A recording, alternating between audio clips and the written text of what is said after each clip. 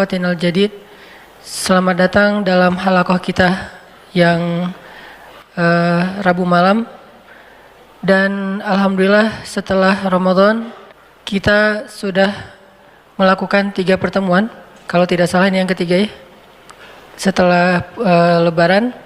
Dan sharing kita pada Rabu malam seperti biasanya insya Allah akan meneruskan materi-materi yang berurutan supaya kita bisa memahami Islam secara terstruktur, memahami secara terkurikulum, walaupun mungkin kurikulumnya pastinya beda dengan di sekolah, biar kita nggak berasa balik ke sekolah. Insya Allah kita akan melanjutkan kajian kita.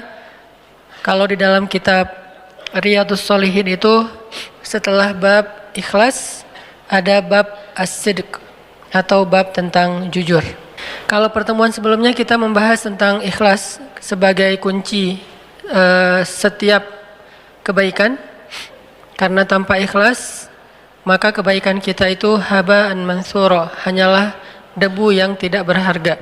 Dan menjaga keikhlasan bukan hanya ketika kita sedang melakukan satu kebaikan, tapi bahkan setelahnya atau bahkan beberapa lama setelah itu, bisa sampai akhir hayat kita. Bisa saja amal soleh kita itu di awal berpahala baik, kemudian di tengah juga berpahala baik, masih ikhlas, tapi di akhir kemudian tiba-tiba terjebak ke dalam riya. Dan ada orang yang riya karena memang dia menginginkan pujian dari orang lain atau penghargaan orang lain.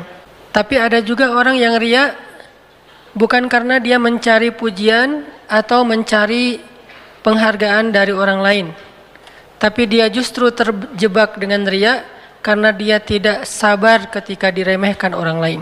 Jadi bisa jadi orang yang riya itu bukan orang yang pamer, bahkan dia tuh termasuk orang yang mungkin selama ini banyak merahasiakan amal-amal solehnya. Selama ini termasuk orang yang banyak ngerahasiain kebaikan-kebaikannya kepada teman-temannya.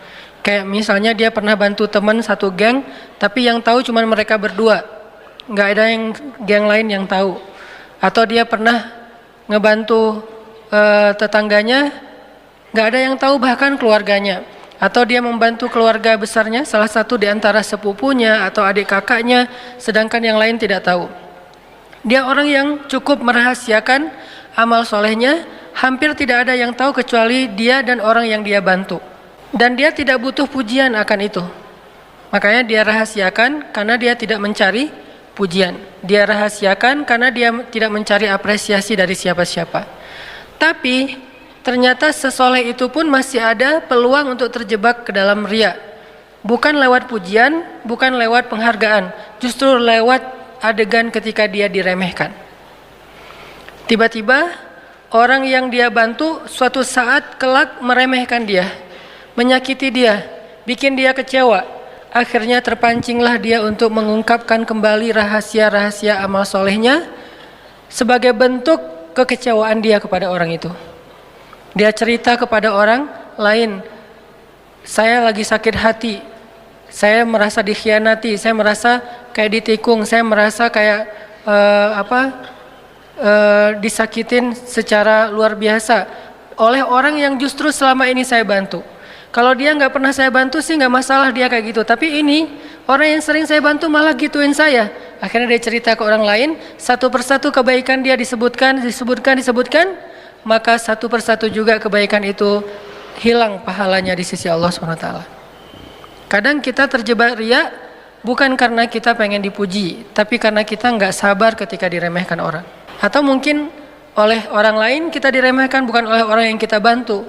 Kita dianggap orang yang nggak care, kita dianggap orang yang nggak peduli kepada yang lain, kita dianggap orang yang egois, kita dianggap individualis, kita dianggap eksklusif segala macam. Atau orang meremehkan kita, dianggap kita tuh orang yang nggak taat sama Allah, orang yang jarang ke masjid, orang yang nggak beribadah dengan baik, segala macam lah tuduhan-tuduhan, dibilang kita nggak pernah tilawah segala macam. Akhirnya kepancinglah kita untuk nunjukin beberapa kebaikan kita yang pernah kita lakukan secara sembunyi-sembunyi, bukan karena ingin dipuji, karena kita nggak mau diremehkan. Apakah kita sanggup menjaga rahasia amal kita ketika kita diremehkan? Ini adalah ujian. Dan kalau kita bisa menjaga amal soleh kita secara ikhlas, walaupun tidak selalu arti ikhlas itu diam-diam atau rahasia, tapi salah satu cara ikhlas itu adalah merahasiakan amal. Kalau kita bisa menjaga keikhlasan amal kita sampai akhir hayat, baru kita disebut orang yang husnul khatimah. Jadi orang yang husnul khatimah tidak dilihat di awal atau di tengah perjalanan hidupnya. Namanya juga khatimah. Yang menentukan seseorang nanti di akhirat bukan di awal ketika dia lahir, ketika dia masih kecil, bukan di tengah ketika dia remaja, dia dewasa, tapi di akhir. Dan di akhir ini adalah detik-detik atau beberapa saat sebelum ajal menjemputnya. Itulah yang menentukan nasib seseorang nanti di akhirat. Sehingga buat orang yang selama hidupnya dari awal, tengah, dan menjelang akhir hidup dalam ketaatan, tumbuh dalam ibadah kepada Allah, jangan besar kepala dulu. Jangan sombong dulu. Jangan merasa bahwa kita udah pasti masuk surga dulu. Walaupun surga jaraknya dengan kita cuma sejengkal. Walaupun surga jaraknya dengan kita cuma sejengkal. Belum tentu kita akan masuk. Kenapa? Bukankah terkenal hadis Nabi, seseorang yang sepanjang hidupnya beramal amal solih, amal ahli surga, sampai jaraknya ke surga cuma sejengkal, tapi di akhir hayatnya dia kufur kepada Allah. Kufur di sini macam-macam. Bisa kufur dengan cara yang paling tinggi yaitu syirik. Tiba-tiba dia sakit keras, berobat secara ilmiah lewat dokter, lewat terapis, ternyata tidak terlalu membuahkan hasil. Akhirnya dia kepancing untuk datang ke paranormal, mulai menggunakan ilmu-ilmu black magic, mulai kepada para sihir. Akhirnya dia meninggal pula dalam kondisi seperti itu. Bukankah ini su'ul khatimah? Walaupun sepanjang hidupnya dia beramal solih. Bisa juga akhir hayatnya kufur bukan dalam bentuk syirik, tapi dalam bentuk sombong dan riya. Karena riya ini adalah syirik kecil. Bisa jadi dia riya, mungkin dia tidak disebut orang kafir, dan insya Allah tidak akan abadi di neraka. Cuman akhir hayatnya ini justru menguras semua pahala-pahala dia menjadi kosong. Yang harusnya dia termasuk orang yang ashabul maimanah, atau bahkan was-sabiqun as-sabiqun. Sepanjang hidupnya dia orang yang sabiqun. Apa arti sabiqun? Yang sangat spontan dalam kebaikan. Ada peluang kebaikan apa? Dia duluan. Kayak Abu Bakar tuh sabiqun namanya. Ketika Nabi ngabsen amal soleh para sahabat, dan tentunya kita tidak mungkin menjudge isi hati mereka karena Nabi yang nanya, siapa di antara kalian yang hari ini sudah bersedekah? Abu Bakar angkat tangan, ana ya Rasulullah, saya ya Rasul. Artinya kita nggak bisa menjudge, oh Abu Bakar riya, belum tentu kan, kita nggak tahu isi hatinya. Dan sekelas Abu Bakar insya Allah ngerti banget lah bahayanya riya. Nggak mungkin dia angkat tangan dengan niat riya, pasti dia tahu banget ruginya. Siapa di antara kalian hari ini yang sudah menyambung silaturahim yang terputus? Abu Bakar berdiri, ana ya Rasulullah, saya Rasulullah. Siapa di antara kalian yang hari ini sudah berbuat kebaikan ini, kebaikan ini, kebaikan ini? Setiap satu kebaikan yang ditanya oleh Rasul, para sahabat berdiri secara bergantian, kecuali Abu Bakar As-Siddiq yang terus menerus berdiri mengangkat tangan, ana ya Rasulullah, saya Rasul, saya Rasul, saya Rasul. Artinya apa? Dalam satu hari Abu Bakar itu melakukan kebaikan yang orang lain berbagi, share. Nggak mungkin dilakuin sendiri, tapi Abu Bakar melakukannya sendiri. Ini namanya as-sabiqun. Di dunia fahumus sabiqun, nanti di akhirat, sehingga dikenal dengan istilah was-sabiqun as-sabiqun. Orang yang di dunia berlomba-lomba, spontan, cepat, wasari'un dalam kebaikan, maka nanti dia di akhirat menjadi orang yang duluan masuk surga. Makanya ada dua kata sabiqun. Was-sabiqun as-sabiqun, artinya was-sabiqun yang berlomba-lomba di dunia, maka as-sabiqun nanti akan berlomba-lomba masuk surga di akhirat. Bisa jadi dia was-sabiqun as-sabiqun, bukan hanya ashabul yamin atau maimanah, tapi di akhir hayatnya justru dengan amal-amalnya yang istimewa itu kan lebih gampang kepancing buat riya ya. Kalau amalnya biasa aja ngapain riya? Justru karena amalnya istimewa, hafal Al-Qur'annya banyak, baca tilawahnya banyak, tahajudnya itu udah bertahun-tahun, puasanya kalau perlu bahkan puasa bukan hanya Senin Kamis tapi Daud, kemudian sedekahnya di atas rata-rata orang lain, umroh setiap berapa bulan sekali, haji setiap tahun, kayak Ibnu Mubarak setahun haji setahun berjihad. Pokoknya amalnya itu di atas rata-rata. Justru itu ujian untuk merahasiakan, menjaga keikhlasan itu akan lebih berat. Maka di akhir hayat, kalau dia terpancing untuk cerita ketika usianya udah kakek-kakek, seperti yang saya pernah cerita, saya pernah duduk di sebuah ruang DKM masjid di satu daerah lah di Indonesia, lagi ada acara tabligh akbar kayak gini di sebuah masjid. Karena emang saya jarang datang ke situ, akhirnya alhamdulillah anak muda yang mau ikut taklimnya rame, sampai ya sekitar 10.000 lah, sampai memenuhi pelataran masjid. Setelah selesai acara kan 10.000 anak muda ini kan berarti semuanya dapat pahala mencari ilmu, sholat berjamaah, berjalan ke masjid dan seterusnya kan, pahalanya banyak banget, itikaf, ribat. Wah, kalau kita breakdown itu kebaikan dari satu adegan itu banyak banget. Adegannya cuma satu, ke masjid, duduk dengerin taklim, tapi kebaikannya bisa banyak. Dan dikali 10.000 minimal. Lalu setelah selesai acara, biasa saya masuk lagi ke ruang DKM, kemudian kayak semacam silaturahim gitu, ramah tamah, ngobrol sama beberapa tokoh-tokoh masyarakat, termasuk salah satu senior sesepuh masjid. Beliau cerita, ini Ustadz, masjid ini perjuangannya nggak gampang. Ini judulnya.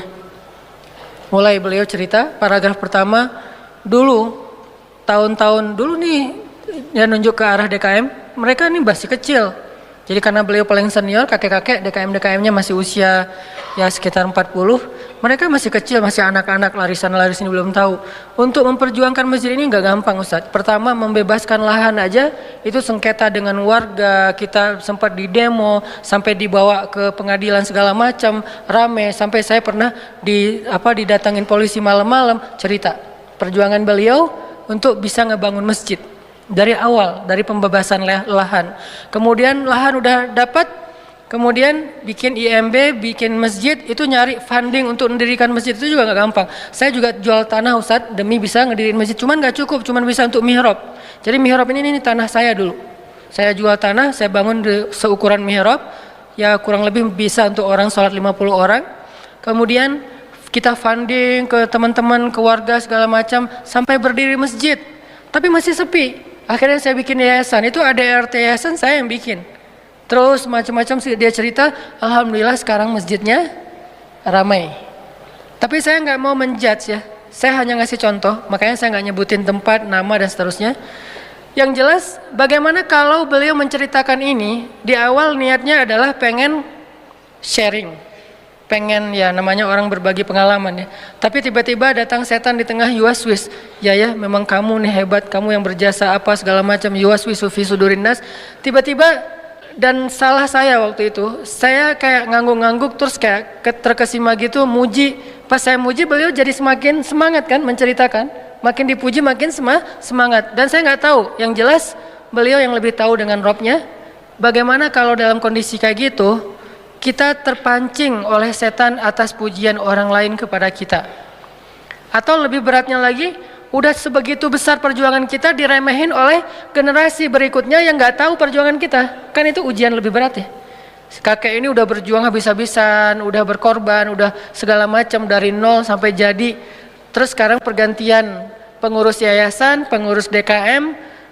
Terus dalam sebuah acara rapat-rapat kayak gitu, beliau beberapa kali nggak diundang. Udah nggak diwaro, udah nggak dianggap. Sesekali beliau datang walaupun nggak diundang, beliau ngomong nggak ada yang mendengarkan, nggak terlalu dianggap penting. Lalu mereka juga mengabaikan beliau. Ini gimana nih kalau kayak gitu? Akankah kita terpancing untuk cerita ke semua pengurus baru? Kalian tahu nggak masjid ini gimana sejarahnya? Mulai cerita lagi, kayak flashback lagi. Akhirnya satu persatu yang diceritain habis. Perjuangan sekian tahun yang nggak gampang pastinya, berakhir dengan hanya satu cerita kecil yang menggugurkan semua pahala kebaikan-kebaikan yang Allah udah catat untuk beliau di akhirat. Ini pentingnya belajar ikhlas. Dan bisa jadi teman-teman, dari sekian puluh atau mungkin ratus atau mungkin ribu amal soleh yang kita kerjain, mungkin hanya satu amal soleh kecil yang bahkan kita nggak ingat, udah lupa, yang sampai kepada Allah. Sisanya nggak sampai. Udah naik, tiba-tiba hilang. Udah naik lama, setelah beberapa tahun hilang. Cuman ada satu dua amal kecil yang bahkan kita udah lupa karena saking nggak terlalu kerennya, tapi itu yang sampai kepada Allah Subhanahu wa taala. Makanya kata Nabi, la tahqiranna minal ma'rufi syai'ah.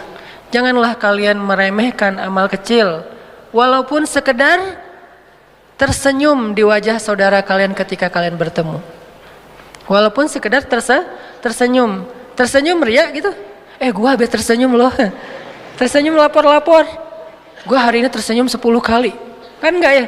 Tapi kalau tawaf, cerita orang umroh tuh, yang pernah umroh pasti ngerasain banget tuh. Pulang dari masjid kan biasanya ketemu kayak di restoran gitu kan, di ruang makan hotel. Pas lagi masuk ke ruang makan, ini nih kebiasaan jamaah umroh, masuk ke ruang makan bukan ngelihat menu dulu, ngelihat teman saya di mana ya, karena itu kan kayak hall gede tuh, kayak kantin besar, food court. Terus nyari teman saya di pojok mana, di sana tuh. Akhirnya langsung ngambil makan, duduk, karena makan sendiri itu garing, pengennya makan sama teman-teman. Akhirnya pas makan sama teman-teman cerita, dari mana, baru pulang dari masjid. Ya teman-teman udah pada selesai makan, kita baru mau makan, saking telatnya. Kok telat banget sih, kita dari tadi udah selesai. Ya soalnya tadi sebelum pulang mau tawaf dulu. Standar tuh ceritanya. Habis sholat wajib, sebelum pulang tanggung daripada ngantri di gerbang masjid, mending gua tawaf aja, paling beda setengah jam, tawaf dulu. Masya Allah, Masya Allah. Jadi hari ini udah tawaf berapa kali? Alhamdulillah udah 10 kali. Tapi kan kita nggak tahu isi hatinya. Ini balik lagi kepada diri masing-masing. Kalau dia tadi menceritakan 10 kali itu keceplosan, bukan pengen apa-apa, bahkan bukan pengen sharing, karena ditanya jawab kan. Berapa kali? Keceplosan ngomong 10 kali. Pas sudah kata 10 itu terucap, datang setan. Jadi setan itu nungguin kita. Bukankah dia ya jeri majrad dam? Dia mengalir dalam darah kita, terus dia nungguin banget. Dia nggak akan, dia tunggu timing yang tepat teman-teman. Saking liciknya setan. Dia nggak mau goda kita di awal. Lo ceritain aja, enggak. Dia tunggu. Pas kita udah cerita, baru dia datang. Hebatnya lo, teman-teman lo cuma baru sekali dalam sehari muncul. Atau setan nggak datang dalam benak kita. Setan datang dalam benak teman kita untuk muji kita yang banyak. Dia ngomporin teman kita, lo puji dia, lo puji dia, lo puji dia, emang hebat, dia emang hebat, supaya dia makin akrab sama lo dan segala macam. Akhirnya teman kita muji kebaikan dia, subhanallah, masya Allah segala macam. Akhirnya orang yang dipuji makin mulai besar kepala, mulai terbang, mulai tidak sadarkan diri, dan besok dia kalau dia ngelakuin kebaikan itu lagi, dia akan cerita lagi, kepancing lagi untuk dipuji seperti kemarin. Kalau orang cuek, dia agak kecewa gitu. Nah ini mulai goyah nih ikhlasnya. Gimana kalau kayak gini? Kadang-kadang di antara semua ayat yang kita baca, cuman Al-Ikhlas doang yang kita sampai pada Allah. Karena Al-Ikhlas, namanya juga Al-Ikhlas ya, surat paling ikhlas. Yang lain riya semuanya. Apalagi Al-Baqarah kan gampang banget bikin riya, karena nggak semua orang hafal Al-Baqarah, hafal misalnya surat-surat yang sulit gitu, surat di tengah-tengah Al-Quran mungkin, surat-surat kayak Ar-Ra'd atau surat Az-Zariyat yang ayatnya itu ya emang sulit ayat-ayatnya, karena syairnya itu nggak semudah nada-nada di surat-surat kayak yang panjang. Ar-Rahman kan gampang ya, Ar-Rahman itu kayak kalau kita hafal sebetulnya nggak ngafal satu surat, ngafal setengah surat, sisanya cuma satu ayat yang diulang-ulang kan. Fabi ayya ala rabbikum, itu paling happy lah ngafal Ar-Rahman mah ya. Udah hafal Ar-Rahman, kenapa setengah surat, setengahnya Fabi ayya ala rabbikum tukadziban. Tapi kalau surat-surat yang sulit, Az-Zariyat, An-Najm, apalagi yang ayatnya mutasyabihat, yang mirip-mirip, itu kan bikin kita bangga gitu. Oh nggak semua bisa hafal. Saya seperti cerita saya lah, kadang-kadang kita karena baru selesai hafal satu surat baru, pas ngimamin langsung bawa ayat itu kan. Pas lagi bawa wabasyiril ladzina amanu wa amilus solihat, terus lupa. Perasaan sebelum sholat tadi lancar, udah sholat bingung. Emang gitu ujian hafalan Al-Quran itu justru dalam sholat. Kalau dalam sholat udah lancar, berarti udah lancar. Kata yang hafal ya. Kata mereka, kata para asatis, para ustad-ustad, para hafiz, kalau kita hafal di dalam sholat lancar, berarti udah lancar. Kalau di luar sholat, apalagi megang Quran, itu ada kayak efek psikologis ya. Kalau kita megang sih nggak dibuka, cuman megang doang, itu lancar pasti. Nggak tahu kayak bisa kayak gitu. Ada sugesti nyaman, tenang, yakin.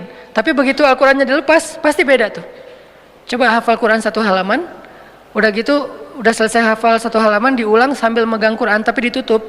Sama yang nggak megang Al-Quran, bahkan Qurannya jauh, itu beda, pasti kelancarannya berubah. Apalagi di dalam sholat, soalnya lagi sholat lupa kan nggak mungkin ngambil Quran dulu tuh. Satu-satunya cara adalah loncat ke surat Al-Ikhlas. Cuman itu yang bisa bikin kita selamat. Atau loncat ke surat yang mirip. Wabashshiril ladzina amanu wa 'amilus shalihat. Mentok. Watawasau bil haq watawasau bis sabr. Kan mirip. Surat Al-Asr. Ya biasalah itu, pengalaman pribadi. Efek dari udah ria, nggak dapat pahala, gagal pula gitu kan ya, itu konyol. Jadi teman-teman, bahaya sekali orang yang ria ini, dan ria ini termasuk di antara penyakit hati, sedangkan ikhlas termasuk di antara ibadah hati. Karena yang beribadah itu bukan hanya zahir, tapi batin. Bahkan ibadah batin itu yang pertama Allah lihat, baru kemudian Allah melihat yang zahirnya. Kalau kita kan nahnu nahkum biz zawahir, kita tuh cuma bisa ngelihat dan menilai yang tampak. Kita manusia, malaikat itu cuma bisa nilai yang tampak. Kalau Allah tidak nahkum biz zawahir, tapi Allah yahkum, Allah berhukum menilai yang tersembunyi. Apa yang tersembunyi? Ala wahyal qalb, hati atau niat atau ikhlas dan riyanya.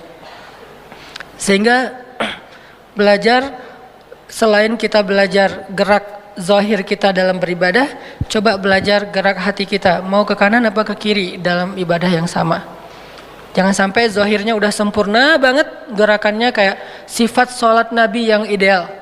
Dari mulai wudunya udah wudunya Nabi, istinsyaknya udah wah sempurna banget, dingin-dingin juga dia masukin air ke hidung, saking sempurnanya dia berwudu. Kepala bukan cuma gini-gini doang, tapi semuanya utuh dia ambil, walaupun itu mazhab sebetulnya. Terus juga pas dia basuh wajahnya tuh sempurna sekali semuanya, bukan cuma gini-gini aja kayak orang touch up gitu ya. Udah sempurna zahirnya. Gitu dia datang ke masjid di awal waktu, bahkan dia yang azan. Kadang-kadang azan juga bisa jadi amal yang luar biasa pahalanya, bisa tidak berarti. Tergantung innamal amalu binniyat. Ada yang azannya bagus banget, saking bagusnya orang jadi dapat hidayah. Karena saya pernah lagi kayak malas ke masjid gitu, dengan azan kayak nyindir banget nih azan. Kayak manggilnya tuh lembut. Kan kita kalau dikasarin malas ya. Malah makin dilembutin makin gak enak kan. Jadi kalau azannya kasar-kasar kita juga jadi malas, apaan sih. Tapi kalau azannya lembut jadi aduh gak enak gitu kan ya. Ini azannya lembut banget, suaranya enak. Bukan karena dia suara vokalis yang punya irama, enggak. Mungkin dia lagi habis diputusin mungkin, atau dia lagi galau berat. Jadi kayak suaranya tuh baper banget loh. Kayak dari hati gitu. Kayak dia lagi curhat lewat azan gitu.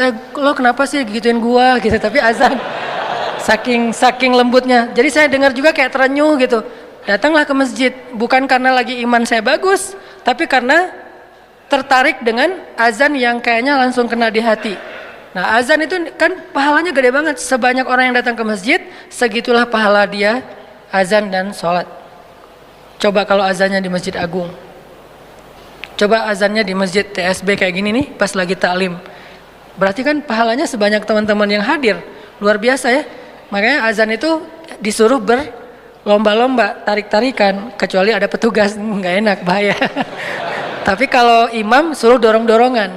Kalau saya dorong-dorongan tapi pura-pura kedorong, padahal nggak ada yang dorong. Apaan sih, siapa sih? Perasaan tadi ada yang dorong, siapa ya? Gitu. Nah, kenapa imam disuruh dorong-dorongan? Karena imam itu nanggung jawab. Kalau misalnya benar ya berarti pahalanya sebanyak makmum. Kalau misalnya salah berarti dosanya ya semuanya ditanggung sama dia. Kalau sholat imamnya nggak tepat. Intinya udah dapat banyak kebaikan, terus batinnya nggak di tazkiyah, nggak dibersihkan. Kan istilahnya tazkiyatun nufuz.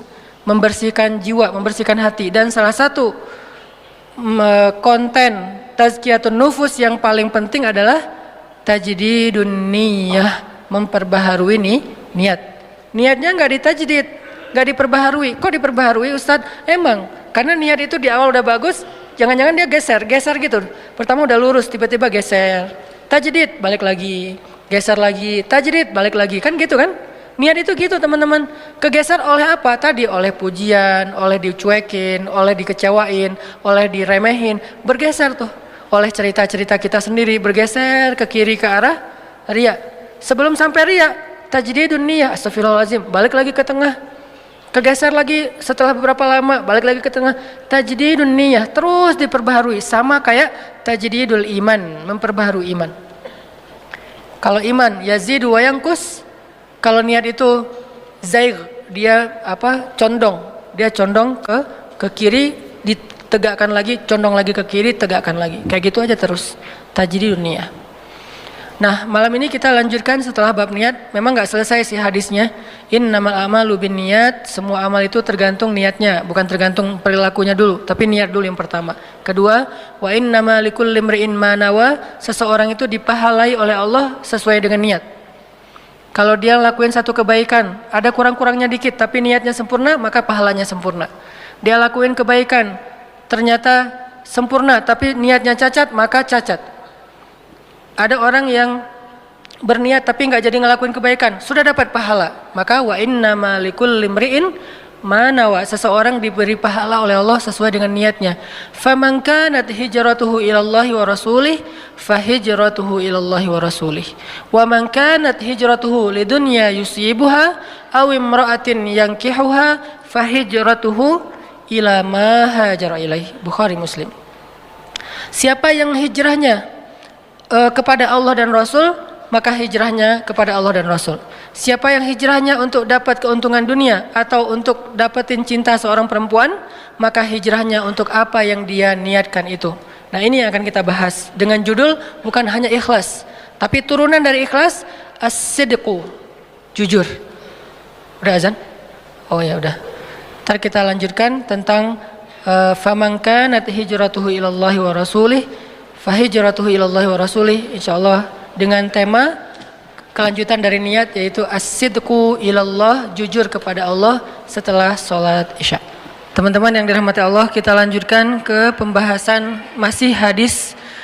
Kita nggak terburu-buru supaya memahami hadis ini secara lebih mendalam, yang pastinya nggak akan mungkin utuh karena Nabi terlalu cerdas untuk kita fahami secara utuh. Beliau terlalu bijaksana untuk akal-akal yang terbatas seperti kita. Meskipun berkumpul semua ulama sekelas Imam Syafi'i, Imam Ahmad bin Hambal yang hafal sejuta hadis, Imam Malik, Ibnu Mubarak, orang-orang keren ketemu untuk membedah satu hadis saja, bahkan mereka sendiri akan mengakui nggak mungkin mereka memahami hadis itu secara utuh. Tetap aja ujung-ujungnya Allahu wa rasuluhu a'lam. Itu ujung-ujungnya tuh. Karena para sahabat aja yang lebih keren daripada ulama kan, generasi terbaik kan sahabat dulu nih. Udah gitu tabi'in, tabi'ut tabi'in, dan seterusnya dan seterusnya. Sebutlah misalnya kalau Imam Abu Hanifah itu generasi tabi'in, kemudian nanti setelahnya ada murid beliau Imam Malik dan seterusnya. Ngumpul nih untuk memahami hadis Nabi satu aja, mereka tetap aja akan berkata ujung-ujungnya Allahu wa rasuluhu a'lam. Toh sahabat juga kayak gitu. Ketika Nabi tanya sesuatu, sahabat jawabannya Allah dan Rasul lebih tahu. Abu Bakar jawabannya Allah dan Rasul lebih tahu. Ibnu Abbas, hibrul ummah, orang yang paling ngerti tentang Al-Quran. Bahkan kalau di antara para nabi, Ibnu Abbas itu kayak Nabi Khidir. Di antara para nabi, Ibnu Abbas itu kayak Nabi Khidir, tapi dalam status sahabat, bukan dalam status nabi. Beliau aja bilang Allah dan Rasul lebih tahu.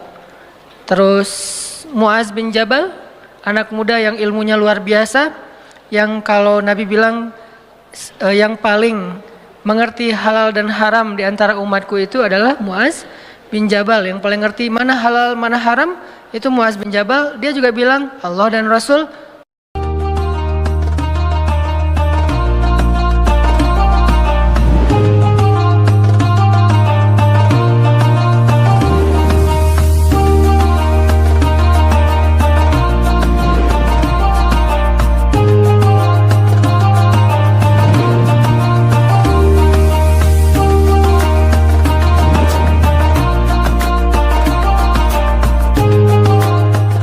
Lebih tahu. Tapi kita berusaha untuk memahami lebih dalam, bukan secara utuh, karena tidak ada yang paling utuh. Karena inilah kita akhirnya berpendapat, pendapat saya tepat, tapi ada kemungkinan keliru. Pendapat yang lain keliru tapi ada kemungkinan tepat. Bukan salah benar, tepat keliru. Ini dua istilah yang sangat jauh berbeda. Ra'yi sawab wa yahtamilul khata' wa ra'yun akhar khata' wa yahtamilus sawab. Pendapat kami dengan mazhab tertentu misalnya Syafi'iyah adalah tepat tapi ada kemungkinan keliru juga. Pendapat yang lain ada kelirunya tapi juga ada kemungkinan tepatnya. Yang pasti semua pendapat ini benar. Cuman mana yang paling tepat itu yang kita condong ke dalamnya. Cuman semuanya benar. Semua Ahlus Sunnah wal Jamaah dari Malikiyah, Hanabilah, Syafi'iyah, Hanafiyah atau nanti mazhab-mazhab yang lain di antara mazhab fikih yang enggak terkenal selain 4 ini, semuanya benar di antara Ahlus Sunnah wal Jamaah. Cuman mana yang paling tepat yang menurut kita nyaman dengan argumentasi dalil dan ilmiahnya, akhirnya kita coba ikuti. Antara NU, Muhammadiyah, nanti ada Persis, ada macam-macam termasuk organisasi-organisasi masyarakat berbasis agama dan seterusnya, semuanya berusaha berijtihad untuk lebih memahami ayat dan hadis, tapi tidak ada satupun yang memahaminya secara utuh, termasuk kita. Hanya mencoba untuk lebih dalam memahami teks tersebut. Nah, hadis innamal a'malu binniyat, selama ini mungkin kita hanya mendengar satu, mungkin sebagian teman-teman hafal sampai akhir, tapi mayoritas orang Islam di Indonesia hanya tahu satu kalimat pertama di antara 4 baris kalimat itu. Hanya innamal a'malu binniyat, udah kita jelaskan. Wa innamal likulli imri'in ma nawa juga udah alhamdulillah kita jelaskan walaupun jauh dari sempurna. Sekarang kita coba masuk ke bait ketiga dan 4. Faman kanat hijratuhu ilallahi wa rasulih fahijratuhu ilallahi wa rasulih wa man kanat hijratuhu lidunya yusibuha awin imra'atun yankihuha fahijratuhu ila ma hajara ilaih. Apa makna dari bait ketiga dan 4 setelah 2 bait pertama?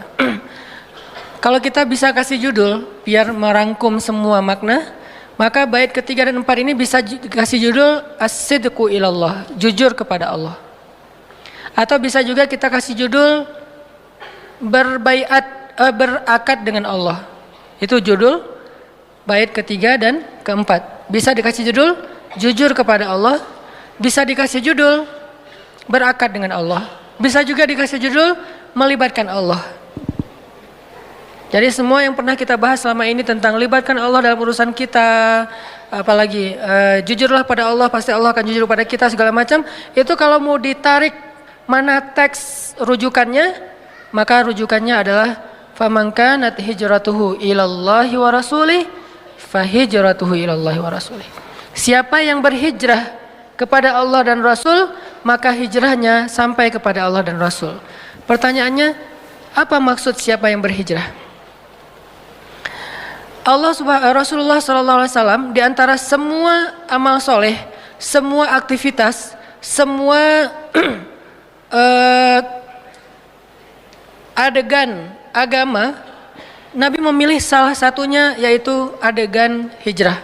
Kan dalam Islam itu ada sholat, ada puasa, ada tilawah, yang paling puncak itu apa? Jihad. Kan jihad itu adalah puncaknya ibadah, walaupun bukan yang paling bukan yang paling yang paling utama ditanya. Kalau yang paling utama ditanya sholat, tiang agama. Masing-masing ibadah itu kan ada kayak kebaikannya, ada fadilahnya, keutamaannya. Nah, kalau sholat itu tiang agama, yang pertama ditanya, kalau ini belum beres, yang lain nggak akan ditanya. Tapi walaupun kayak gitu, tiang ini ada atapnya, bahkan ada puncaknya. Nah, puncaknya ibadah itu adalah al-jihad fi sabilillah. Sehingga ayat-ayat jihad banyak sekali kita temukan di dalam Al-Quran. Termasuk yang tadi dibaca di rakaat pertama. Allah menawarkan, hal adullukum ala tijaratin tunjikum min azabin alim. Maukah kalian aku tawarkan sebuah tijarah, perniagaan. Arti perniagaan kita menjual, Allah membeli. Kan arti perniagaan jual beli kan? Ada yang ngejual, ada yang beli. Terus apa bentuk jual beli dengan Allah? Allah katakan jual beli dengan Allah itu adalah tu'minuna billah wa rasulih wa tujahidun. Kalian percaya dulu sama Allah, karena nggak mungkin kita jual beli dengan seseorang transaksi kalau kita nggak percaya sama dia. Kita bertransaksi karena kita percaya. Misalnya kita membeli barang, kita menjual barang, kita percaya dia akan bayar sesuai dengan perjanjian. Jangan-jangan ntar kayak misalnya dia bayarnya pakai terming, 3 kali bayar. Kalau kita nggak percaya sama dia gimana? Nggak berani kita pakai terming, harus uang dulu baru saya kasih barang. Dia juga gitu. Kalau dia nggak percaya sama kita, ntar barangnya yang dikasih ternyata cacat lagi, nggak benar, nggak sesuai dengan spek yang dijelasin di awal.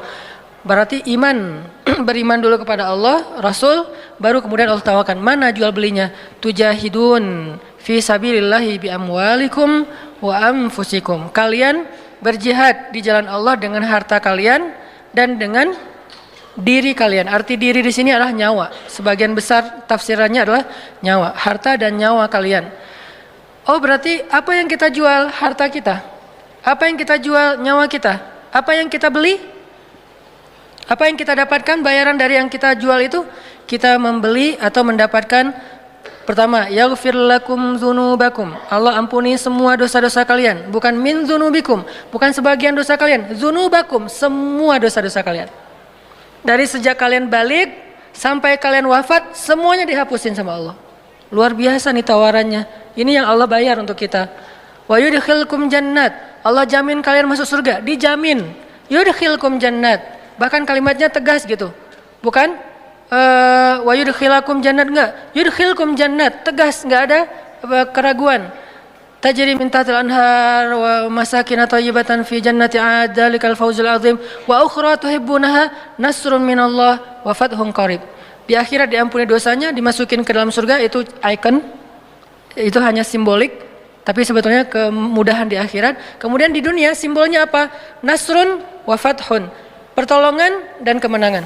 Kalau bahasa kita, ditolong sama disukseskan sama Allah. Wabasyiril mu'minin, sampaikan berita gembira kepada orang yang beriman. Ini jihad. Kenapa Nabi nggak bilang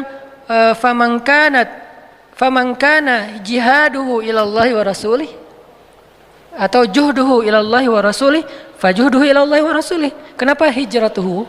Kenapa di antara sekian banyak amal-amal yang keren, salat, puasa? Puasa itu kan junnah, kan, perisai. Salat itu tiang agama, imaduddin. Jihad itu sanamul amal, puncaknya amal. Kan masing-masing ada keutamaannya nih. Kenapa Allah Rasul nggak milih hajj? Famankana hajjuhu ilallahi wa rasulih, famankana umratuhu ilallahi wa rasulih, famankana qiraatuhu wa tilawatuhu ilallahi wa rasulih, famankanat apa? Nikahuhu gitu. Kan nikah juga luar biasa ya, amal yang keren banget lah, terutama buat kita. Bisa dibilang di antara sekian amal, kalau disuruh lakukan dengan sukacita, yang paling sukacita pastinya menikah. Itu sukacita banget. Yang nggak sukacita mantannya, justru dia mah sukacita. Ini kenapa nggak famangkanat akad nikahnya kepada Allah dan Rasul? Kenapa di antara sekian banyak amal Nabi memilih hijrah? Kenapa tahun Islam dikenal dengan tahun Hijriah? Kenapa nggak dikenal dengan tahun Bi'sah? Apa Bi'sah? Pengutusan Nabi. Jadi tahun Bi'sah 1 adalah Iqra bismi rabbikal ladzi khalaq, ketika Nabi dapat wahyu pertama. Kenapa nggak dihitung dari Nabi dapat wahyu? Kan itu paling luar biasa ya. Kejadian mengubah peta dunia, mengubah peradaban dunia, mengubah segala sesuatu di dunia dari gelap menjadi terang, kan dimulai dari tahun pertama Bi'sah, Nabi dapat wahyu. Sehingga ketika Nabi hijrah itu berarti tahun 13 Bi'sah. Perang Badar berarti tahun 15 Bi'sah. Nabi wafat tahun 23 Bi'sah. Kenapa nggak bisa aja? Kenapa hijrah? Kenapa hijriyah jadinya? Padahal Bi'sah itu kalau kita mau kalau kita mau baca, itu kejadian yang luar biasa. Bahkan Jibril aja menampakkan wujud aslinya kepada Nabi cuma 2 kali. Satu ketika wahyu pertama, yang kedua ketika Mi'raj ke langit. Cuma 2 kali itu Jibril menampilkan wujud aslinya. Sisanya semuanya editan kalau bahasa kita. Diedit oleh Allah dalam bahasa fatamassalaha, memisalkan diri. Bukan wujud aslinya, memisalkan diri, menjelma bahasa Indonesianya. Menjelma sebagai seorang laki-laki yang sempurna, laki-laki yang keren, yang ganteng, yang ideal banget. Itulah Jibril. Kenapa nggak tahun Bi'sah? Atau kenapa nggak tahun Isra dan Mi'raj? Sehingga bisa dibilang Nabi hijrah pada tahun kedua Isra atau kedua Mi'raj. Kayak gitu-gitulah. Kenapa hijrah? Saking pentingnya peristiwa ini. Saking pentingnya peristiwa ini. Seolah-olah hijrah itu adalah awal dari segala sesuatu. Kalau niat itu adalah kunci dari segala sesuatu, hijrah itu awal dari segala sesuatu. Di dalamnya terkandung juhdun, jihad. Di dalamnya terkandung ta'atun, taat. Di dalamnya terkandung berkorban, tadhiyah, pengorbanan. Di dalamnya terkandung apalagi ikhlas, pastinya banyak hal terkandung di dalam adegan hijrah. Jadi ketika Nabi mengatakan faman kanat hijratuhu, itu artinya siapa yang semua amal solehnya, bukan hanya hijrah. Nabi mengambil satu kata, satu adegan yang itu bisa menjadi simbol dari semua kebaikan. Apa? Hijrah. Nabi nggak bilang sholat, Nabi nggak bilang jihad, padahal dua hal ini sama-sama keren nih. Nabi bilang hijrah. Keren mana hijrah sama sholat? Lebih utama mana? Pastinya lebih utama sholat.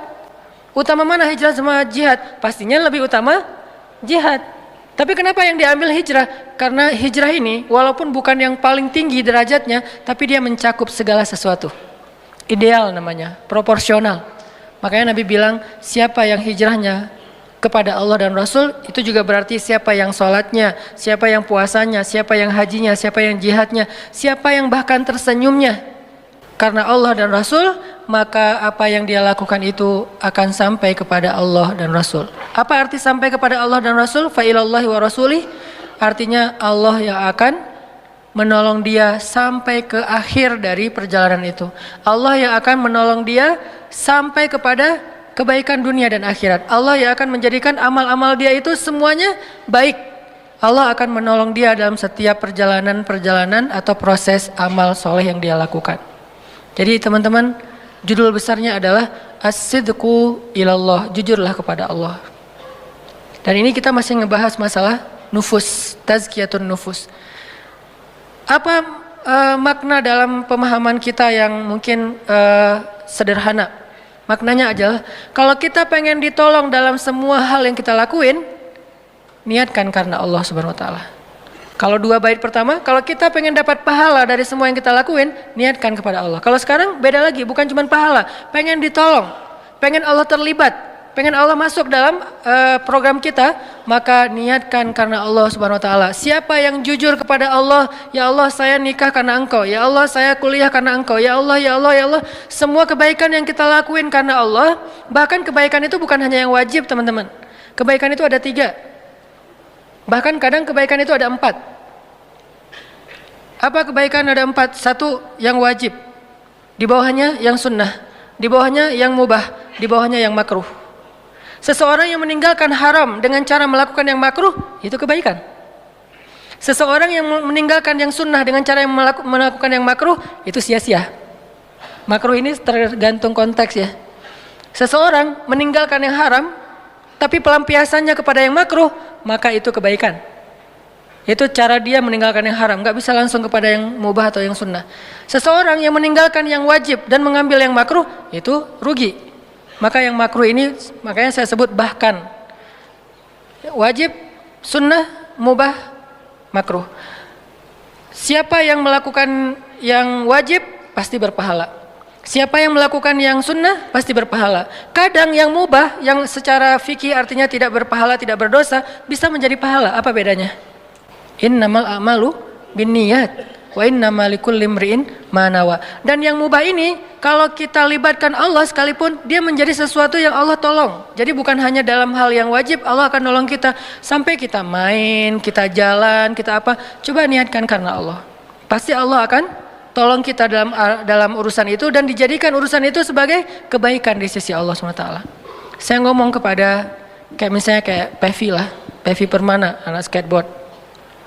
Pevi pas main di Asian Games sekarang misalnya, kalau Pevi niatnya cuman buat dapetin medali, cuman pengen prestasi, maka itu mubah, tidak berpahala, tidak juga berdosa, biasa aja.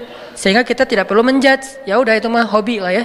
Tapi kalau Pevi niatkan ini sebagai salah satu media dakwah, Apa hubungannya main skateboard dengan dakwah? Kalau Pevi jadi tokoh anak muda dengan prestasinya, kemudian fansnya Pevi yang senang main skateboard meniru, apa yang ditiru? Oh ternyata pemain pro juga sholat di masjid. Akhirnya yang amatir-amatir yang lagi belajar, anak-anak baru nih juga ngikutin kan? Oh ternyata Pevi hafal surat Al-Muluk misalnya, lagi latihan skate dia ngulangin, bukan Al-Muluk, Al-Waqiah. Lagi latihan skate di ball gitu, dia dengerin tilawah Al-Waqiah sampai akhirnya hafal Al-Waqiah. Ditiru. Innamal a'malu binniyat, faman kanat hijratuhu ilallahi wa rasulih fa hijratuhu ilallahi wa rasulih. Dan yang dia lakuin sebetulnya sama aja. Enggak gara-gara niat kepada Allah terus dia sambil main skateboard sambil dia zikir, enggak gitu-gitu amat. Agama teh enggak terlalu berat. Jadi yang dirubah itu bukan perilakunya. Karena perilakunya sebetulnya berstatus mubah, bukan haram ya. Kalau haram memang harus dirubah. Tapi kalau yang mubah nggak perlu dirubah. Dia tetap main skate, dia nggak perlu bawa tasbih, dia nggak perlu qomat kamit tilawah Al-Quran sambil main skate. Tapi pahalanya bukan hanya pahala olahraga, tapi juga dia pahala dakwah. Yang dirubah cuma niat. Tapi yang dia lakukan nggak ada yang berubah. Jadi jangan berpikir orang kalau nggak qomat kamit baca Al-Quran berarti dia nggak dapat pahala. Walaupun baca Quran itu keren pastinya. Kalau nggak berzikir, nggak kelihatan di tangannya bertasbih berarti dia nggak pernah ingat Allah. Bisa jadi dia melakukan yang kita lihat mubah, duduk nongkrong di kafe. Bisa jadi dia kayak lagi ngobrol sama teman-teman doang. Bisa jadi dia chat. Kok dia bentar-bentar langsung buka handphone sih? Orang habis sholat biasanya kan zikir dulu. Ini ada yang habis sholat langsung buka handphone. Jangan suuzon dulu. Tapi buat kita kalau bisa zikir dulu. Kalau buat orang lain ya siapa tahu dia ada hal darurat. Siapa tahu dia lagi ngerjain sebuah proyek sosial yang memang lagi hektik banget, lagi banyak kerjaan sehingga sholat juga habis sholat langsung banyak yang masuk nih gimana soal teknis di operasional di lapangan, dia harus langsung ngerespon biar beres kerjaannya.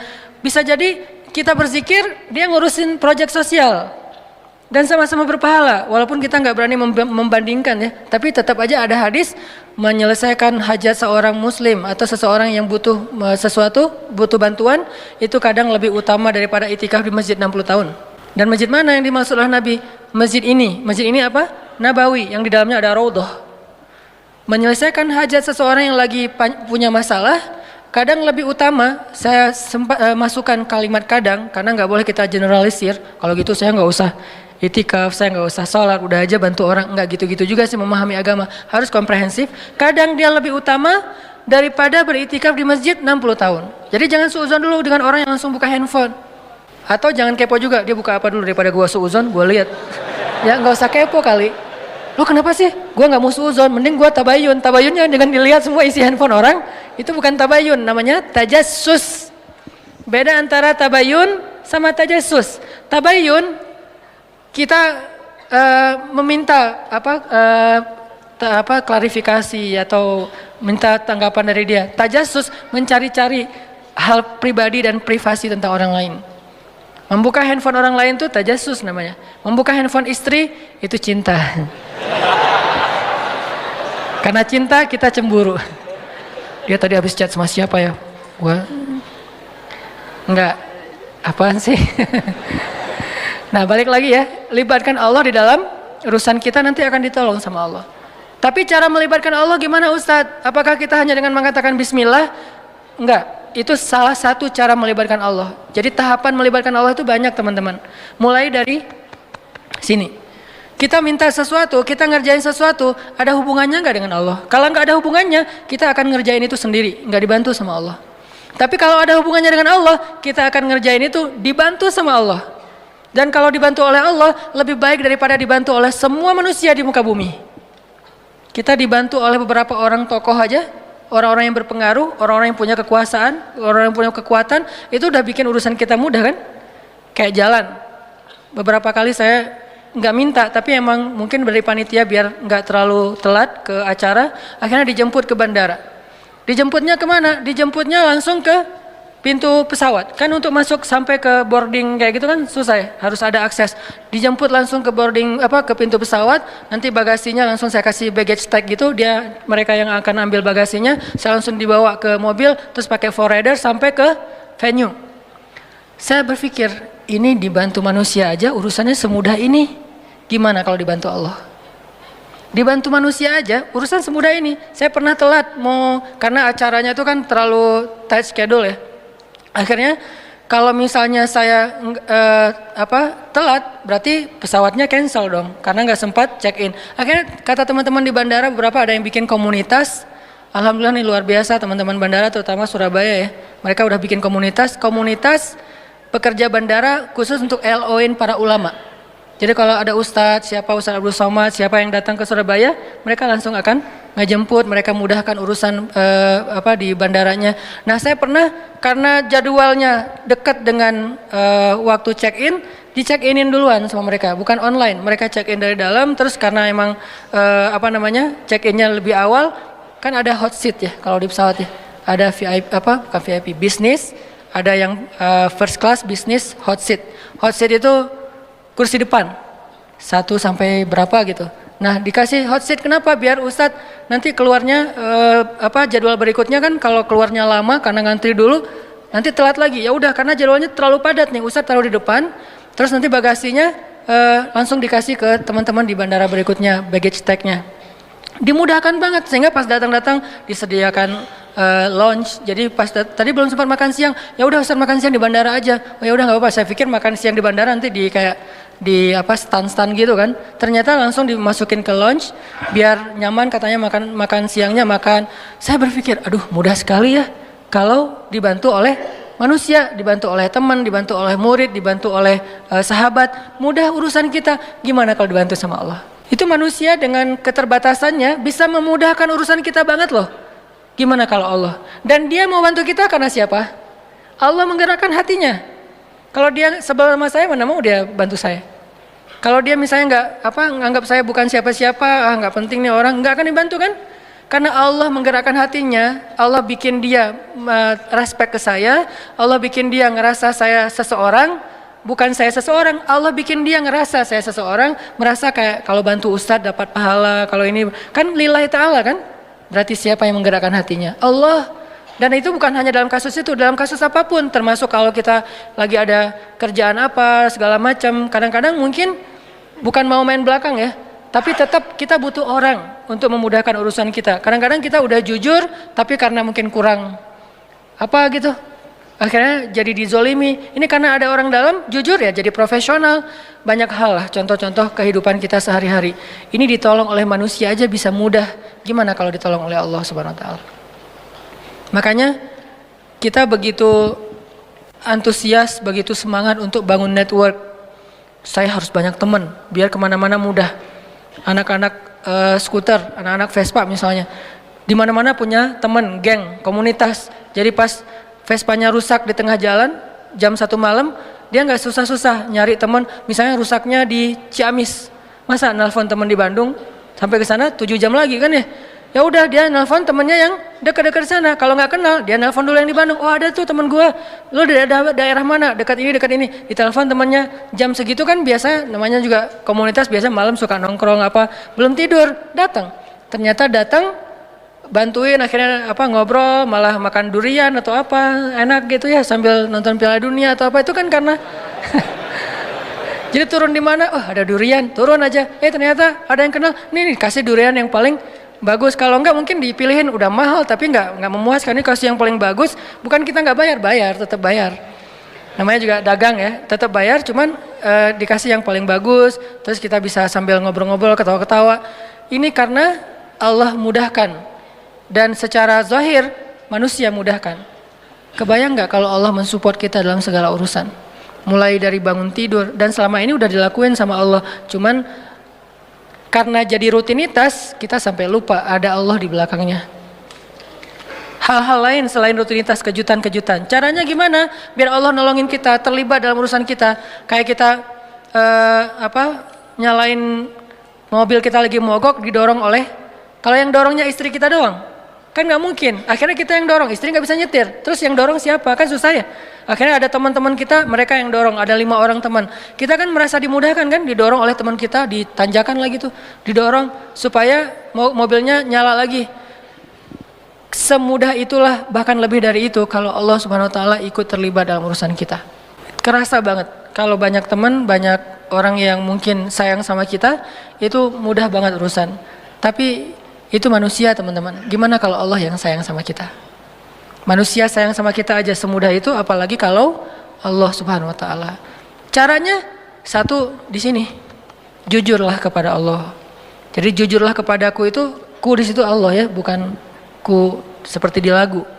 Jadi jujurlah kepada Allah. Cara jujur kepada Allah, kita harus tanya, yang kita lakuin ini ada hubungannya nggak dengan Allah? Kalau ada, pasti Allah kasih keajaiban. Contoh, Zakaria. Zakaria tuh doa kan panjang kan, lama banget ya. Berdoa dari sejak beliau muda sampai beliau tua. Tapi coba perhatikan kalimat doa Nabi Zakaria ketika beliau sudah tua. Ada dua kalimat, ada di surat Ali Imran, ada di surat Maryam. Kalau di surat Ali Imran, Zakaria berdoa, "Hunalika da'a Zakaria rabbah, qala rabbi habli min ladunka dzurriyyatan thayyibah, innaka sami'ud du'a." Kalau di surat Maryam, "Wa inni khiftul mawaliya min wara'i wa kanat imraati 'aqira fahab li min ladunka waliya yarithuni wa yarithu min ali Yaqub waj'alhu rabbi radiyya." Apa rahasia di antara dua kalimat ini? Kenapa Nabi Zakaria berdoa panjang dalam hidupnya belum Allah kabulkan? Bukan tidak, belum. Kenapa pas habis doa ini langsung Allah kabulkan? Langsung Allah bilang, "Fanadathul malaikah." Kalau di surat Maryam, "Ya Zakaria," langsung Allah panggil. Kenapa cepat dikabulkan? Karena di dua doa ini Nabi Zakaria udah mulai mengkonekkan antara keinginannya dengan Allah. Kalau di surat Ali Imran, Nabi Zakaria ngelihat Maryam yang dapat makanan dari langit. Aduh, ini anak soleha banget, dicinta banget sama Allah, sampai segitu-segitunya Allah memperlakukan anak kecil ini. Anak SD duduk di sebuah ruangan kecil, mihrab namanya. Terus lapar, Allah yang ngasih makan. Dia belum berdoa. Dia lapar doang, Allah langsung datangkan makanan. Dan yang bawa makanan apa? Bukan gosen, malaikat. Dibawa gosen aja bikin kita nyaman kan ya. Males keluar, udah aja gosen kan murah ya. Tinggal klik. Kalau misalnya nggak ada saldonya ya bayar cash lah ya. Mudah banget, 10 menit datang gitu. Ini lebih dahsyat daripada gosen, malaikat yang datang. Dan makanannya masih hangat. Terjamin nggak ada sama sekali penyakit di dalamnya. Dibawa oleh malaikat, dihidangkan depan Maryam, malaikat balik, Nabi Zakaria masuk. Kata Nabi Zakaria, "Ya Maryam, anna laki hadza?" Kamu dapat dari mana makanan ini? Kan paman belum kirim kan? Ini baru paman bawa. Kata Maryam, "Huwa min indillah." Allah yang kirim. Anak SD ngomong gitu. Ada nggak anak SD sekarang? "Dek, dapat dari mana?" "Allah yang kirim, Om." Wah, itu soleha banget kan? Tingkat dewa tuh luar biasa. Allah yang kirim. Ya memang nggak ada lagi. Emang adanya cuma di zaman itu. Maryam sampai bilang, "Dari Allah, paman. Allah yang kirim." Dan Allah bukan hanya ngomong Allah yang kirim, sampai ceramahin Zakaria. "Innallaha yarzuqu may yasha'u bighairi hisab." Allah itu paman, kalau ngasih rezeki itu nggak bisa dihitung-hitung loh. Bin haitsu la yahtasib. Oh iya. Jadi Zakaria dapat taklim dari Maryam. Cuma nanya satu hal tapi dapat ilmu lebih dari yang dia tanya. "Ya Maryam, anna laki hadza?" Kamu dapat dari mana Maryam? "Huwa min indillah. Innallaha yarzuqu may yasha' bighairi hisab." Ini dari Allah, Allah yang kirim. Allah itu memberi rezeki kepada hambanya. Dan Allah kalau udah ngasih rezeki gak bisa ditebak-tebak dari mana caranya. Itu kata-kata Maryam. Kagum Zakaria. Duh, pengen banget punya anak sesoleha ini. Kan berarti ada hubungannya dengan Allah. Sesoleha ini, soleh. Baru hunalika, saat itu juga di sana Zakaria berdoa, "Rabbi habli min ladunka dzurriyyatan thayyibah." Kayak gitu ya Allah, saya pengen kayak gitu. Langsung Allah kirim malaikat, katakan ke Zakaria dia akan punya anak persis kayak Maryam, tapi jenis kelaminnya laki-laki, namanya Yahya. Kalau di surat Maryam, apa doa Zakaria? "Wa inni khiftul mawali min warai wa kanat imraati aqira." Ya Allah, dakwah saya nanti siapa yang akan meneruskan kalau saya nggak punya anak? Itu intinya. Jadi pengen punya anak bukan sekedar pengen lucu-lucuan, pengen ada qurrata ayun, penyejuk hati apa, pengen bangga-banggaan anak saya sarjana, anak saya apa segala macam. Bukan. Pengen punya anak karena pengen ada yang nerusin dakwah beliau. Karena ada hubungannya dengan Allah kan? Berarti melibatkan Allah dalam permintaannya. Wa inni khiftul mawali wa kanat imraati aqira fahab li min ladunka waliya. Bukan walada, bukan waliyan. Apa beda waladan dengan waliyan? Waladan cuma anak, waliyan penerus. Beri saya seorang anak yang meneruskan perjuangan saya, dakwah saya, pengajaran saya, taklim saya di Masjidil Aqsa.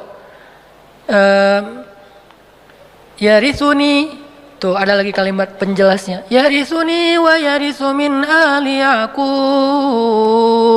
waj'alhu rabbi radiyya. Yang mewarisi perjuangan aku, mewarisi perjuangan dari keturunan Yakub dengan keturunan yang luar biasa, orang-orang soleh semua.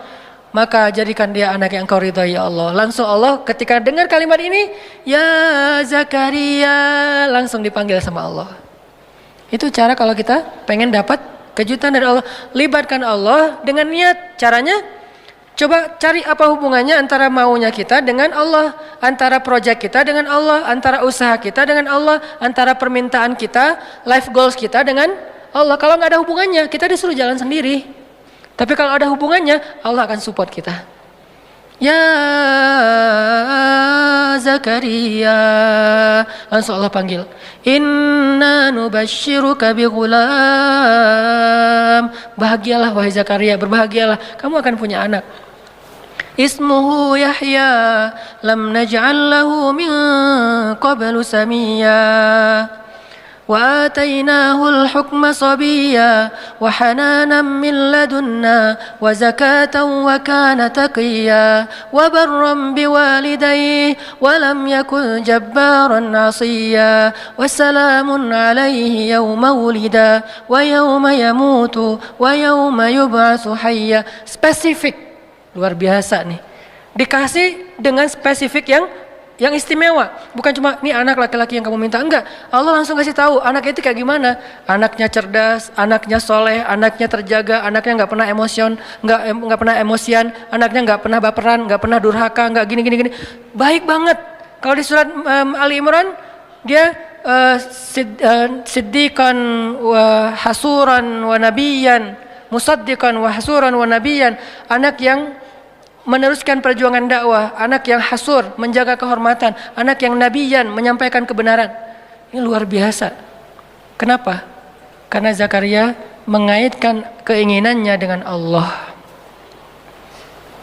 Jadi kalau kita punya satu keinginan, punya satu, bahkan mungkin bukan hope tapi wish, sesuatu yang kadang-kadang kayak nggak kebayang kita bisa nggak sih? Nggak masalah, make a wish, kita bikin sebuah harapan yang menurut kita mungkin nggak susah diwujudkan, tapi ketika sebuah harapan yang kita anggap sesuatu yang nggak mungkin dilibatkannya kepada Allah, apa sih yang nggak mungkin buat Allah? Apa sih yang sulit buat Allah? Bukankah semuanya itu ada dalam pengaturan Allah? Biyadihil mulk. Arti biyadihil mulk, semuanya itu dalam kekuasaan Allah Subhanahu Wa Taala. Terserah Allah mau diapain. Caranya di sini. Faman kanat hijratuhu ilallahi wa rasulih, fahijratuhu ilallahi wa rasulih. Akhirnya para sahabat yang berhijrah dalam konteks hijrah, berhijrah meniatkan karena Allah. Contohnya, misalnya ada yang berhijrah seorang diri, seperti Suhaib Ar-Rumi. Banyak sahabat yang hijrah seorang diri. Beda sama Umar ya. Kalau Umar kan hijrahnya posting ya. Sebelum hijrah posting dulu. Captionnya, ahli Mekah, orang-orang Mekah. Dia mention satu persatu. @Abu Jahal, @Abu Sufyan. Satu-satu di mention sama Umar. Terus terakhir pakai hashtag ahli Makkah, ya ahla Makkah, ya ma'syara Quraisy, ya Aba Jahal, ya Abu Sufyan, ya banyak banget. Ya itu kan ya, bahasa Arabnya ya, bahasa Instagramnya . Setelah dimention satu-satu dia bilang apa? Fa'lamu anni muhajir. Ketahuilah kalian, gua pengen hijrah. Hijrahnya tuh dikapitalin lagi tuh, gede tulisannya biar orang tahu kalau dia mau hijrah. Terus di bold. Saya mau hijrah. Siapa yang pengen istrinya jadi janda, anaknya jadi yatim, tunggu saya di balik bukit itu. Ditunjukin Sherlock bukit mana yang disuruh tungguin. Saking spesifiknya Umar bin Khattab, nggak ada yang berani nungguin Umar. Tapi pertanyaan saya, ini mungkin pertanyaan penasaran. Kenapa Nabi nggak hijrah bareng Umar aja kalau kayak gitu? Kan hijrah bareng Umar aman banget kan ya? Kata Umar, orang Mekah, gua mau hijrah bareng Rasulullah. Ada yang berani nungguin nggak? Siapa yang mau istrinya jadi janda, anaknya jadi yatim, tunggu kami, saya dan Rasulullah di belakang bukit. Kan aman tuh hijrahnya. Kenapa Nabi nggak hijrah bareng Umar aja sih, biar gampang, nggak ada adegan Surakoh, nggak ada adegan sembunyi dalam gua Thur, nggak ada adegan diikat talinya oleh anaknya Abu Bakar, Asma binti Abu Bakar. Kan nggak ada adegan-adegan yang sulit. Nggak ada adegan Ali harus tidur di tempat tidurnya Nabi. Kenapa? Hijrahnya dikawal sama Umar bareng dengan Hamzah, dua petarung Mekah yang disegani, nggak ada yang berani sama dua orang ini nih. Di depan Umar, di belakang Hamzah. Siapa yang berani mencegat sebuah karavan manusia yang di depannya Umar, belakangnya Hamzah? Nggak ada yang berani. Buktinya pas di Mekah mereka lagi demo, kan mereka pernah demo di Mekah. Awal-awal Umar masuk Islam dengan Hamzah kan demo kan. Langsung demonya apa? Demonya dengan keluar dan mengatakan La ilaha illallah Muhammadar Rasulullah, La ilaha illallah Muhammadar Rasulullah, keliling Mekah, keliling Ka'bah. Demo rame-rame. Di depannya Umar, di belakangnya Hamzah. Kata Abu Jahal, kalau orang yang seperti ini, kalau demo seperti ini, nggak ada yang berani mendekat. Di depannya Umar, di belakangnya Hamzah. Kalau nggak, bakalan habis tuh. Kenapa Nabi nggak hijrah dengan cara kayak gitu aja? Kenapa hijrahnya pakai orang yang paling lemah fisiknya, paling lemah kaumnya, paling miskin hartanya? Abu Bakar itu orang kaya tapi udah jatuh miskin waktu itu. Ini artinya Allah pengen ngajarin kita tentang hijrah biar Allah aja yang terlibat, bukan Umar, bukan Utsman yang kaya, bukan Hamzah, bukan siapapun. Makanya yang ngebantu Nabi dalam hijrah itu Allah langsung. La tahzan innallaha ma'ana, bukan inna Umar ma'ana, inna Hamzah ma'ana, inna Utsman ma'ana, inna qaumana ma'ana, bukan. Di situ Allah ngajarin kepada kita lewat adegan Rasul hijrah. Kalau kita melibatkan Allah, hijrah kita lebih aman daripada melibatkan manusia. Seandainya mau dengan logika kita, pasti Nabi akan hijrahnya bareng Umar. Umar tunggu dong, hijrahnya bareng. Kalau Nabi mengajarkan itu, berarti kita tidak dapat pelajaran hikmah, tauhid, akidah, iman, hadis ini dari hijrah Rasul. Nabi malah bilang, kalian hijrah duluan masing-masing. Umar hijrah, yang lain pada hijrah. Utsman malah udah duluan, walaupun kemudian balik lagi, duluan ke Habasyah. Akhirnya Nabi memilih Abu Bakar As-Siddiq. Ya Abu Bakar, nanti tengah malam masih pakai ikhtiar tengah malam. Kenapa nggak siang bolong? Kalau siang bolong konyol namanya. Tapi kan Nabi nggak akan dibunuh. Kalau Nabi nggak akan dibunuh, tapi kalau kita niru Nabi, kita akan dibunuh. Jadi Nabi tidak mencontohkan sesuatu yang nggak bisa ditiru. Nabi mencontohkan sesuatu yang bisa ditiru oleh umatnya. Kalau beliau gampang, beliau punya mukjizat. Kalau Nabi mau, Nabi Musa itu membelah laut. Nabi Muhammad lebih dahsyat, membelah bulan. Lebih dahsyat daripada Musa. Musa belah laut, Muhammad membelah bulan. Sulaiman menguasai jin, Muhammad mengislamkan jin. Sulaiman jin dikuasai tapi tidak masuk agama Hanif. Ketika Sulaiman wafat, jin kufur lagi itu kan. Tapi Muhammad mengislamkan jin. Lebih dahsyat, semua mukjizat para nabi terkumpul kepada Rasulullah SAW. Jadi kalau Nabi mau, nggak usah pikir strategi lah apa segala macam. Kenapa pengen hijrahnya ke Madinah tapi malah jalannya menjauh dari Madinah ke Gua Thur? Malah sembunyi di sebuah lubang kecil. Kenapa nggak terang-terangan aja kayak Umar? Karena kalau Nabi melakukan itu, lalu kita meniru, kita akan mati konyol. Karena kita nggak punya mujizat. Sehingga Nabi mencontohkan sesuatu yang bisa kita tiru sebagai manusia biasa. Beliau nggak egois, gue kan punya mujizat, ngapain sih gentar-gentar takut-takut amat, udah biasa aja kali, ntar Allah juga pasti nolong. Gak mungkin Allah membiarkan nabinya dicelakai oleh musuh-musuhnya. Ya, tapi umatnya. Sehingga Nabi contohkan, kalau saya contohkan ke gini, kasihan umat saya, nanti gak bisa niru. Kalau mereka tiru yang ini, habis mereka. Sehingga saya contohkan sesuatu yang kalau mereka tiru, mereka aman. Caranya berstrategi lah, caranya pakai taktik, caranya bersiasat, dan seterusnya dan seterusnya. Dipilih Abu Bakar. Tapi kalau pakai Umar, nggak ada pelajaran akidah. Makanya Nabi memberi banyak pelajaran dalam hijrah.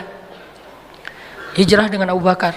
Ketika ada masalah, Abu Bakar bilang, ya Rasulullah, kalau mereka ngelihat ke arah kaki mereka, itu kan bukan gua lebih tepatnya, kayak lubang gitu. Nabi dengan Abu Bakar sembunyi di dalamnya.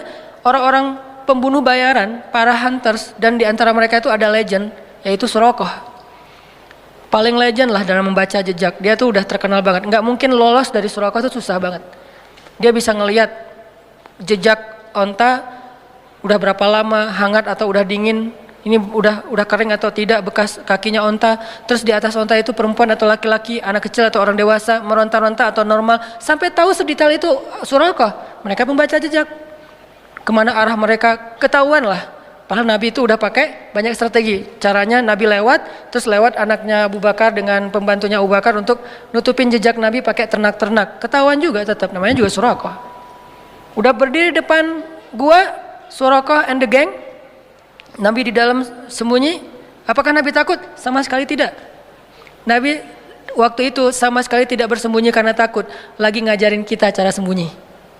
Kalau Nabi mau, Nabi tinggal keluar, ada apaan sih? Bisa, gampang buat Nabi. Lo mau gua doain? Kan gak berani, Nabi belum angkat tangan udah pada stroke semuanya itu. Kalau Nabi mau kan, tapi Nabi lagi ngajarin kita teman-teman. Jadi adegan sirah adalah pelajaran buat kita, bukan apa yang Nabi rasakan. Nabi nggak takut sama sekali. Sekelas Nabi nggak mungkin takut lah, sang pemberani banget. Tapi Nabi pengen ngajarin kita, sembunyi di dalam.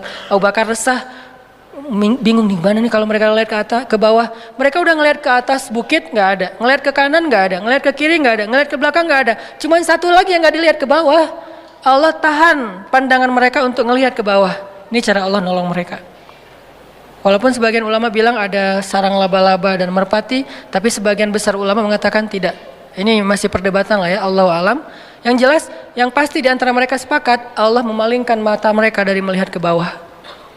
Sehingga Abu Bakar bilang, ya Rasulullah, kalau mereka ngelihat kita ke bawah pasti ketahuan. Terus ntar kita gimana ngelawan mereka? Kita nggak bawa senjata, berdua pula. Mereka ada lebih dari 20 orang dan semuanya itu petarung. Nabi mengatakan, ya Abu Bakar, ma zannuka bisnain?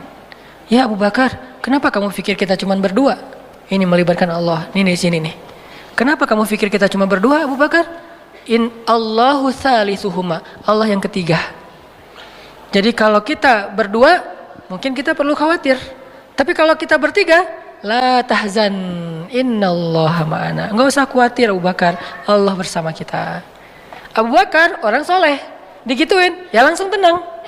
Kalau Abu Bakar bilang tapi, pasti ketahuan tuh. Karena kalau kita berburuk sangka kepada Allah, maka Allah tergantung prasangka hambanya. Berhubung Abu Bakar ini as-siddiq, orang yang selalu membenarkan, nggak pernah protes, nggak pernah membantah, maka ketika Nabi bilang la tahzan innallaha ma'ana, Abu Bakar langsung tenang, langsung oh ya innallaha ma'ana, innallaha ma'ana, ya udah tenang aja. Mau tidur dulu Rasul? Santai. Mereka akhirnya nggak ngeliat ke bawah, udah pergi aja, udah pergi, tinggal berdua. Besok keluar, melanjutin perjalanan, ketahuan lagi sama Suraqah, karena mereka nggak mau nyerah. 2 hari mereka tungguin, nggak mungkin Muhammad pergi, karena aku udah baca beberapa tempat jalan keluar dari Mekah itu nggak ada jejak mereka, pasti mereka ada di sini. Suraqah punya feeling, instingnya tuh bagus. Belum keluar Muhammad, belum keluar, dia cari siang malam, ketahuan juga pas hari Nabi keluar Mekah. Dari kejauhan Suraqah ngelihat, pas Suraqah ngelihat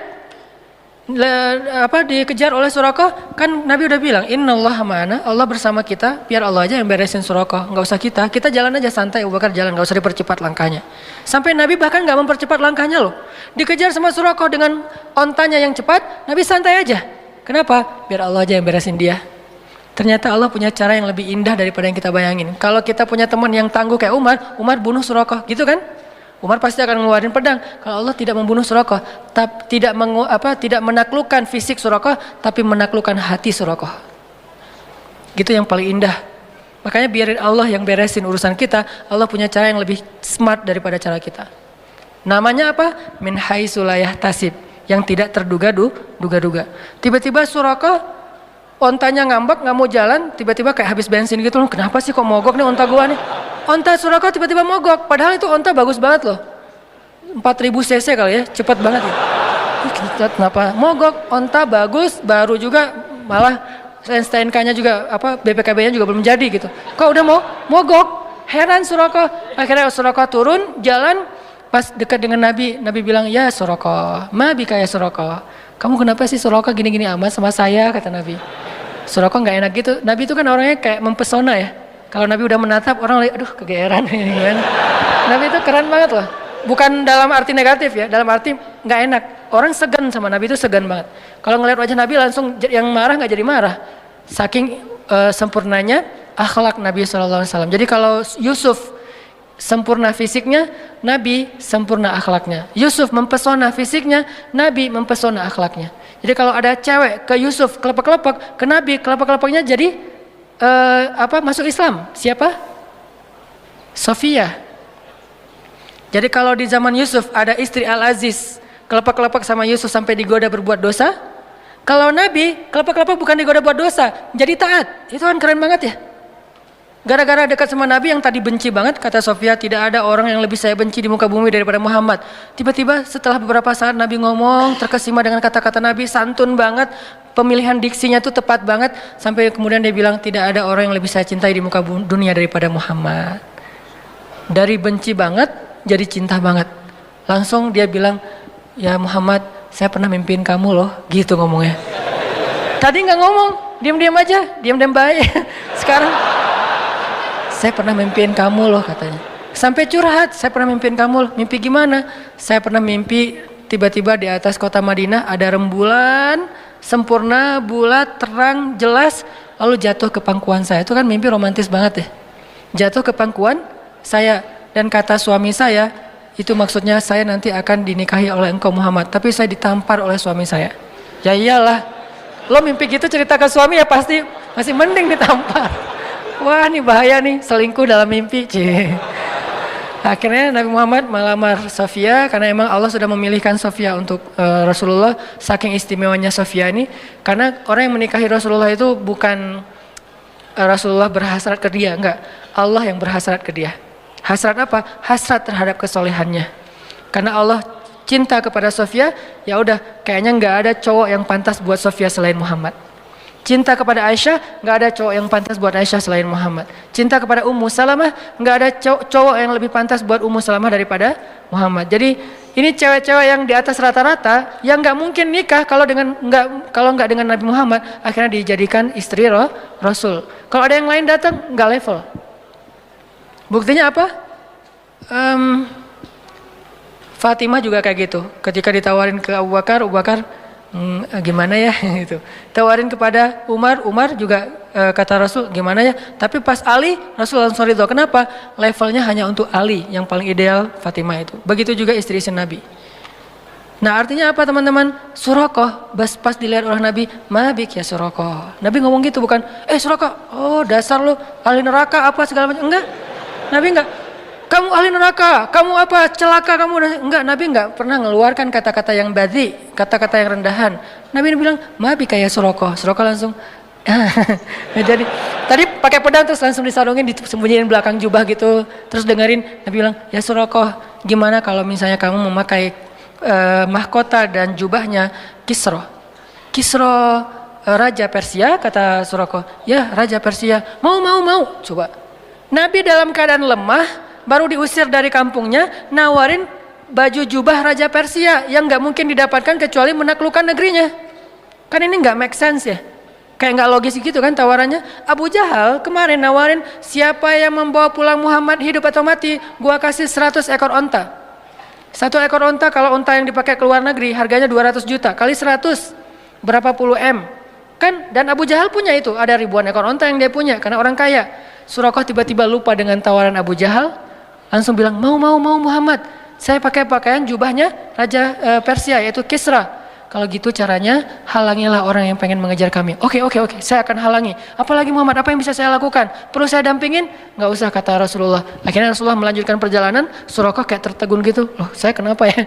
Kayak habis dihipnotis gitu. Datang nih gengnya Surakoh, mau ngejar Muhammad. Surakoh, barengan, kita pengen share ini nanti onta. Kata Surakoh, teman-teman, saya udah meriksa semua daerah sini, dan kalian tahu saya yang paling jago membaca jejak, dan onta saya yang 4000 cc, kalian cuma 1500. Artinya paling cepat gitu, saya nggak menemukan Muhammad. Pulanglah cari tempat lain. Mereka kan nggak bisa bantah kalau Surakoh kan senior gitu kan, daripada ntar dikerjain. Akhirnya ya udah balik aja. Nabi bisa selamat hanya berjalan berdua dengan Abu Bakar As-Siddiq. Kenapa? Melibatkan Allah thalithuhuma. Ma zannuka bisnain ya Abu Bakar? Kenapa kamu pikir kita cuma berdua Abu Bakar? Allahu thalithuhuma. Allah yang ketiga.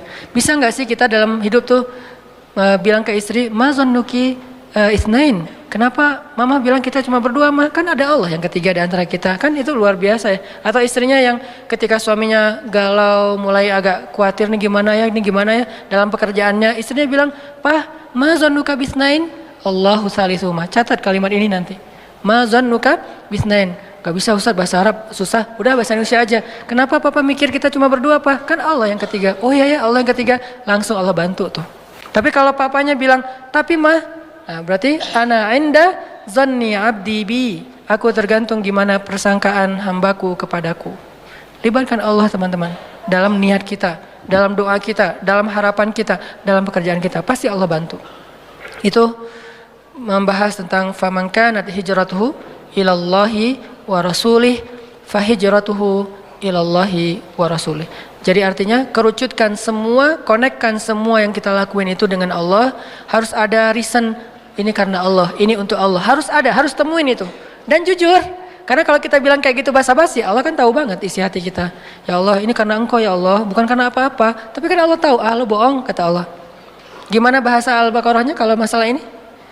Wa minan nasi may yaqulu amanna billahi wa bil yaumil akhir. Kata Allah, wa ma hum bimu'minin. Enggak kayak gitu kata Allah. Yukhadi'un. Mereka bermain-main, mereka mengelabui, mereka basa-basi. Kenapa? Fi qulubihim marad. Karena hatinya tuh enggak jujur, hatinya berpenyakit. Jadi mending kita jujur sama Allah dan libatkan Allah, pasti dia tolong. Enggak mungkin enggak. Selama yang kita lakuin itu adalah masih dalam wajib, sunnah, mubah, paling minim makruh. Kalau yang haram bilang karena Allah, ya Allah ini karena Engkau, ya nggak mungkin. Masa kita melanggar syariat Allah tapi karena Allah, kan nggak mungkin ya. Sengaja saya minum khamar karena Allah. Mana ada yang kayak gitu-gitu. Sengaja saya berbohong karena Allah, nggak juga. Kecuali 3 bohong yang dibolehkan. Itu aja teman-teman. Insya Allah next week kita akan bahas lagi hadis ini. Saya hanya ingin hadis ini bukan hanya kita hafal, karena menghafalnya itu terserah masing-masing. Menghafal baik, nggak menghafal juga nggak dosa. Cuman kita jadikan hadis ini sebagai motivasi hidup. Kita jadikan hadis ini sebagai quote dalam hidup kita supaya kita selalu bersemangat untuk taat kepada Allah. Barakallahu li wa lakum. Wassalamualaikum warahmatullahi wabarakatuh.